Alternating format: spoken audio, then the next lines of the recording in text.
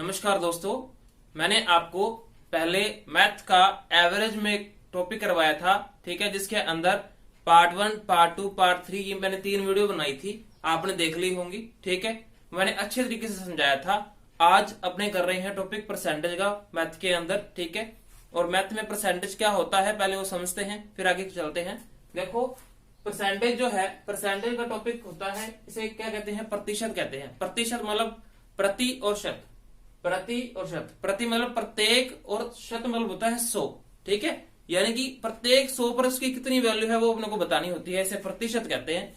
देखो, जब ये प्रतिशत करते हैं तो इससे पहले अपने को कोई जो इंपॉर्टेंट जो है चीजें वो अपने को देखनी पड़ती हैं। देखो, ये जो है 1/12 जो है किसको कहते हैं? 8 से 1/3% को। ठीक है, 12.5% किसे कहते हैं? 1/8 को। 62.5% किसे कहते हैं?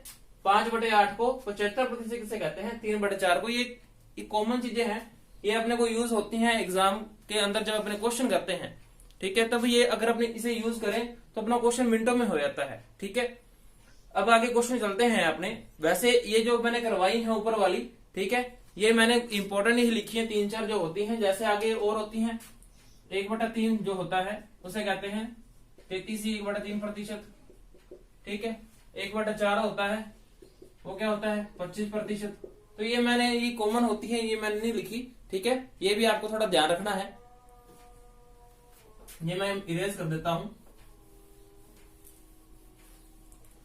अब अपने क्वेश्चन पे चलते हैं। देखो, क्वेश्चन, पहला क्वेश्चन है कि राम के पास 8,000 रुपए है, उसका कुल धन का 30% खर्च कर दिया। उसके पास 8,000 रुपए है, उसने कुल धन का 30% खर्च कर दिया, तो उसके पास कितना धन बच गया? देखो देखो, जो उसके पास धन है, ठीक है, उसने 30% खर्च कर दिया। 30% खर्च कर दिया मतलब 100% में से 30% खर्च कर दिया, तो उसके पास कितना बच गया? 70%। ठीक है, यही अपने को समझना है बस। देखो, टोटल कोई भी चीज है 100% होती है, उसमें से 30% उसने खर्च कर दिया, तो क्या बच गया अपने पास? 70%। ठीक है, अब 70% बच गया मतलब उसके पास ये 8,000 है, इसका 70% कितना हो गया? 8,000 टोटल धन था, इसका 70% उसके पास बच गया, और बचा हुआ धन को बताना है, शेष धन कितना है। 8,000 का अगर 70% करें तो क्या आ जाएगा? देखो, ये प्रतिशत है, इसको प्रतिशत को हटाओगे तो नीचे 100 लग जाएगा। ठीक है, ये 1 से 1 0, 1 0 से 1 0, 800 तो 56, 5600 रुपये अपना आंसर आ गया। तो 5600 रुपये अपना आंसर आ गया। ठीक है, यानी कि 70% बच गया। 8,000 का 70% निकाल लो, वो 5600 अपना आंसर आ गया। नेक्स्ट क्वेश्चन देखो, नेक्स्ट क्वेश्चन में वो कह रहा है कि जब किसी संख्या के 40% में, जब किसी संख्या, कोई संख्या होगी अपने को नहीं पता, वो संख्या के 40% में 42 जोड़े, ठीक है, तो वही संख्या प्राप्त होती है। तो बताओ कि वह संख्या क्या है? मान लो कोई संख्या है, अपने को संख्या नहीं पता, कोई भी संख्या मान लो, जैसे मैंने संख्या मानी, अपने पास संख्या है x। ठीक है, x है अपने पास, वो कह रहा है कि उससे 40%, x का 40% में क्या जोड़े? 42। देखो, किस संख्या है, उसके 40% में 42 जोड़े तो वही संख्या प्राप्त होती है, मतलब क्या प्राप्त होगा? x। ठीक है, ये एक इक्वेशन है। किसी संख्या x के 40% में 42 जोड़ दें तो अपने पास x संख्या प्राप्त होती है, ये इक्वेशन है। देखो, इसे सॉल्व करते हैं अपने। x का 40/100 plus 42 is equal to x है। ठीक है, समझ आ रहा है? अब देखो इसे कैसे करना है। ये देखो, 1 0 से 1 0 कट जाएगी। ठीक है, तो अपने पास क्या बच गया? ये बच गया 4x/10। ठीक है, plus 42 is equal to x। ठीक है, अब ये 4x/10 उधर चला जाएगा, मतलब ये 42 इज इक्वल टू ये 4x/10, ये x के उधर वाली साइड चला जाएगा, तो x माइनस 4x/10। अब देखो, ये x है, कोई भी संख्या जिसके नीचे कुछ नहीं होता तो वो 1 मानते हैं, अपने बटे में 1 मानते हैं। ठीक है, ये आपको दिख रहा होगा। अब देखो इसको कैसे करना है। इसका एलसीएम लोगे तो आ जाएगा 10। ठीक है, एलसीएम लोगे क्या आएगा 10 आ जाएगा। ठीक है, अब 1 को 10 से डिवाइड करो, 1 को 10 से डिवाइड करो, यानी कि 10 को 1 से डिवाइड करोगे तो 1 आएगा, नहीं 10 आएगा। इसको x से मल्टीप्लाई करो 10 को, तो 10x, 10 को 10 से डिवाइड करोगे तो 1 minus 4x is equal to 42। ठीक है, इज इक्वल टू 42। अब निकालो 42 इज इक्वल टू 6x बटे 10 और x की वैल्यू आ गई अपने पास 42 गुणा 10 डिवाइड बाय 6। दिख रहा है आपको? मैं लिख देता हूं उधर थोड़ा सा।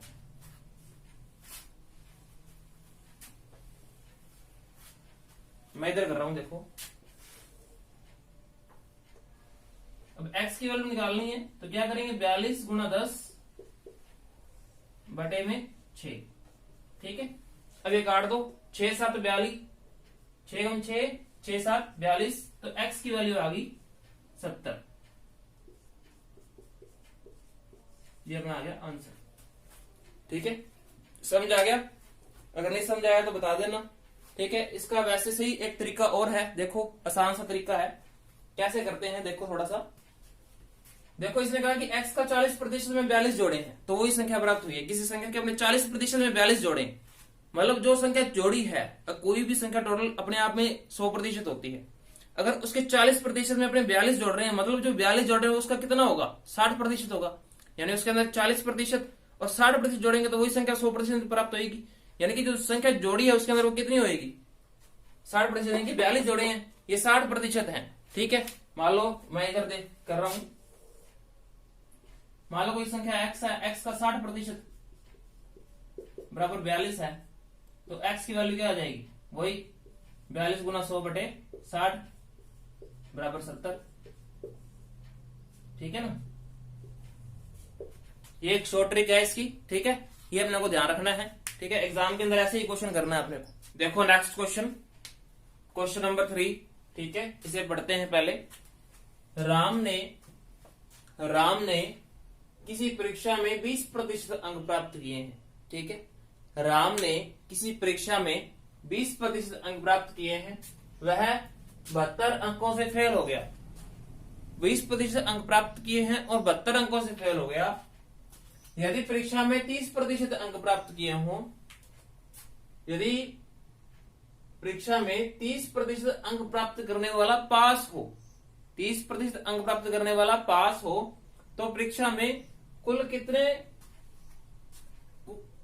कितने अंक के होंगे, मतलब परीक्षा में कुल अंक क्या होंगे, ये अपने से पूछा है उसने। ठीक है, कि परीक्षा में कुल क्या अंक होंगे, तो अपने से देखो कोई भी परीक्षा है, कोई भी अंक है, ठीक है, वो अपने आप में 100% होते हैं। ठीक है, ये मैंने अभी आपको बताया था। राम ने 20% अंक प्राप्त किए हैं, ठीक है, और फेल हो रहा है 72 अंकों से। और जो पास है, पास होने के लिए कितने अंक चाहिए उसके 30% अंक चाहिए। फेल 20% पर फेल हो गया वो। अगर उसने पास होना है तो उसको 30% अंक चाहिए, अगर उसने पास होना है तो। ठीक है, यानी कि इसके बीच का अंतर कितना हो गया 10%। तो ये जो 10% है वो कितने 10% अंक नहीं आए तो वो फेल हो गया। यानी कि फेल कितने अंकों से हुआ था 72 अंकों से। यानी कि 10% बराबर है 72 के। ठीक है, तो कुल अंक बताने हैं, कुल मतलब 100%, कुल मतलब 100% बराबर, देखो ये इससे कितना गुना है 10 गुना, 10 गुना 10 करते हैं तो 100 आता है। तो 72 को भी 10 से गुना कर दो तो क्या आ जाएगा 720 अंक। यानी कि कुल परीक्षा में 720 अंक अगर अपने प्राप्त करें तो 100% अपने प्राप्तांक हो जाएंगे। ठीक है ना, तो इसका आंसर आ गया 720। अगला क्वेश्चन देखो, आपको समझ आ गया होगा, वीडियो को एक बार शेयर कर देना। किसी कक्षा में 30% छात्र संस्कृत में, 25% छात्र अंग्रेजी में फेल हो गए। ठीक है, जो फेल होने वाले हैं वो देखो, इसने कहा कि अंग्रेजी और संस्कृत में फेल हो रहे हैं कितने, 30% और 25%। ठीक है, यदि दोनों विषयों में 10% छात्र फेल हों, 10% छात्र जो है फेल हुए हैं किसमें, दोनों विषयों में फेल हो गए हैं 10% छात्र, तो बताओ दोनों विषयों में कुल कितने छात्र पास होंगे। ठीक है, ये अपने से पूछा। देखो उसने क्या कहा है कि फेल जो है,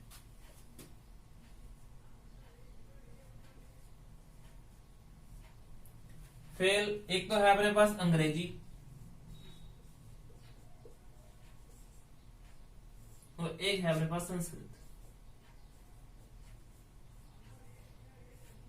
ठीक है, एक हमारे पास संस्कृत है, एक अंग्रेजी है। उसने कहा कि अंग्रेजी के अंदर 25% फेल हो गए और संस्कृत के अंदर 30% फेल हो गए। तो पास कितने हुए, देखो पास कितने हुए,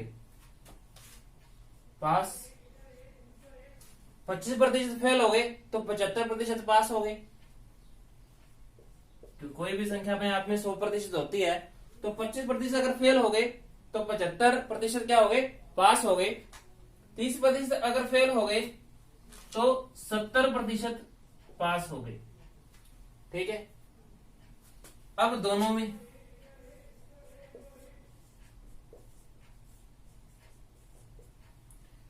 उसने कहा कि 10% फेल हो गए, 10% फेल हो गए दोनों में, तो पास कितने हो गए, 90%। पास कितने हो गए, 90% दिख रहा है, थोड़ा सा ऊपर कर देता हूं मैं, 90%। ठीक है, दोनों में 90% हो गए। अब देखो कभी भी इस तरह से आ जाए, अपने को पास के छात्र बताने कि कुल कितने प्रतिशत पास हुए, कुल कितने प्रतिशत पास हुए ये बताने, यानी कि पास वाली चीजें अपने लेनी है। देखो कभी भी ऐसे आ जाए, कुल दोनों में कुल कितने प्रतिशत पास हुए हैं, दोनों विषयों में पूछा है ना, दोनों विषयों में कुल कितने प्रतिशत पास हुए हैं, तो क्या करेंगे, जो विषय है अपने पास अंग्रेजी और संस्कृत, इन दोनों को जोड़ देंगे, 75% और 70%। ठीक है, और जो दोनों के विषय हैं, दोनों में जो पास हुए हैं, दोनों में कितने पास हुए, 90%, इसे माइनस कर देंगे। ठीक है, तो क्या आ जाएगा, 70 और 75 होता है 145 माइनस 90, तो क्या आ गया 55%। इसका आंसर हो गया, यानी कि 55% है वो दोनों विषयों में पास हुए हैं, 55%। ठीक है, ये अपना क्वेश्चन था, ये मैंने चाहे आपको क्वेश्चन करवाए हैं, ये आपको वीडियो समझ आ गई होंगे क्वेश्चन। ठीक है, वीडियो आपको अच्छी लगी होगी। अगर आपको कोई भी क्वेरी है तो आप मेरे को बताइए, कॉन्टैक्ट नंबर मेरा है नीचे डिस्क्रिप्शन बॉक्स में। देखिए next question, question number 5। Next question देखो, क्वेश्चन नंबर 5। अपनी अंकित अपनी आय का 20% खर्च करता है। ठीक है, अंकित अपनी आय का 20% खर्च करता है और शेष बचा लेता है। ठीक है, यदि उसकी आय में 30% की वृद्धि हो जाए तथा उसके बचत में 20% की वृद्धि कर दें, उसकी आय जो है उसमें 30% की वृद्धि करनी है और उसकी जो बचत है उसमें 20% की वृद्धि कर दें, तो अब उसके खर्च में कितने प्रतिशत की वृद्धि होगी, ये अपने को बताना है। देखो जब भी आय जो होती है वो आय क्या होती है, खर्च प्लस बचत। आय जो होती है खर्च प्लस बचत, खर्च और बचत का दोनों का टोटल जो होता है वो आय होती है, क्योंकि जो भी आय होती है उसमें अपने कुछ खर्च करते हैं और कुछ जो है बचत करते हैं। माना उसकी आय थी 100 रुपए, ठीक है, खर्च किए, वो कहता है कि 20% खर्च करता है, यानी कि 20 रुपए उसने खर्च कर दिए, तो बचा कितने लिए उसने, 80 रुपए बचा लिए। ठीक है, 100 रुपए उसकी आय थी, 20 खर्च कर दिए, 80 बचा लिए। अब वो कहता है कि आय का 30% वृद्धि हो जाए, आय में 30% वृद्धि करनी है। ये आय पहले 100 थी, 30% वृद्धि करके आय कितनी होगी, 130, 30% वृद्धि कर दी आय में। ठीक है, अब बचत में 20% की वृद्धि कर दें। बचत कितनी थी 80, 80 में 20% की वृद्धि कर रही है, 20% बढ़ाओगे क्या हो जाएगा 96। ठीक है, 130 आय होगी, बचत उसकी है 96, तो उसका जो खर्च है वो कितना है, देखो खर्च कितना हो गया इसका 34, 34 हो गया खर्च। देखो 34 और 96 130, ठीक है 34 हो गया उसका खर्च। अब कह रहा है कि उसके खर्च में कितने प्रतिशत की वृद्धि हो गई। खर्च में पहले कितना था 20, अब कितना हो गया 34, कितना बढ़ गया 14, 14 बढ़ गया कितने पर 20 पर, गुणा 100, 20 एकम 20, 20 5 100, 14 5 70, इसका आंसर आ गया 70%। ये प्रतिशत में पूछा था ना, प्रतिशत में आंसर आएगा इसका 70। समझ आ गया होगा आपको, मैंने बहुत ही आसान तरीके से करवाया है। अब देखो नेक्स्ट क्वेश्चन, किसी वृत्त की त्रिज्या में 20% की वृद्धि कर जाती है तो बताओ उसके क्षेत्रफल पर क्या प्रभाव पड़ेगा। देखो कोई त्रिज्या है उसके में 20% की बड़ी वृद्धि कर रहे हैं तो उसके क्षेत्रफल पर क्या प्रभाव पड़ेगा, ये अपने को बताना है। देखो देखो कैसे करेंगे, जो क्षेत्रफल होता है वो होता है पाई आर स्क्वायर। ठीक है, पाई आर स्क्वायर क्षेत्रफल होता है। मैं आपको आसान सा तरीका बताता हूं। देखो जो पाई है, पाई अब भी पाई है, जो पाई आर स्क्वायर, उस जो क्षेत्रफल बढ़ने के बाद जो पाई तो आएगा ही क्षेत्रफल में। ठीक है, मतलब पाई को एक बार अपने काउंट नहीं करना। ठीक है, क्षेत्रफल अपने जो ले रहे हैं, यहां पे मैं जो आर ले रहा हूं, आर यानी कि रेडियस, आर बराबर ले रहा हूं 10। ठीक है, रेडियस मैं एक बार 10 ले रहा हूं। अब आर स्क्वायर होगा यहाँ पे, यानी कि आर स्क्वायर की वैल्यू क्या होगी 100। ठीक है, अब वो कह रहा है कि जो त्रिज्या में 20% की वृद्धि कर दी है। पहले मैंने त्रिज्या जो थी अपने पास 10 थी, ठीक है, मैंने 20% बढ़ाऊंगा 10 को तो क्या हो जाएगा R1 हो जाएगी 12। त्रिज्या जो है R1 होगी 12। ठीक है, मैंने 20% बढ़ा दिया। अब इसका स्क्वायर करेंगे तो क्या आ जाएगा 144, 12 का स्क्वायर होता है 144। अब देखो इसमें कितनी वृद्धि होगी, कितनी वृद्धि होगी 44 की, 44 की वृद्धि होगी कितने पे 100 पर वृद्धि हुई है, यानी कि 44% की वृद्धि होगी इसके। इसका आंसर आ गया 44%। ठीक है, इसका आंसर क्या आ गया 44%।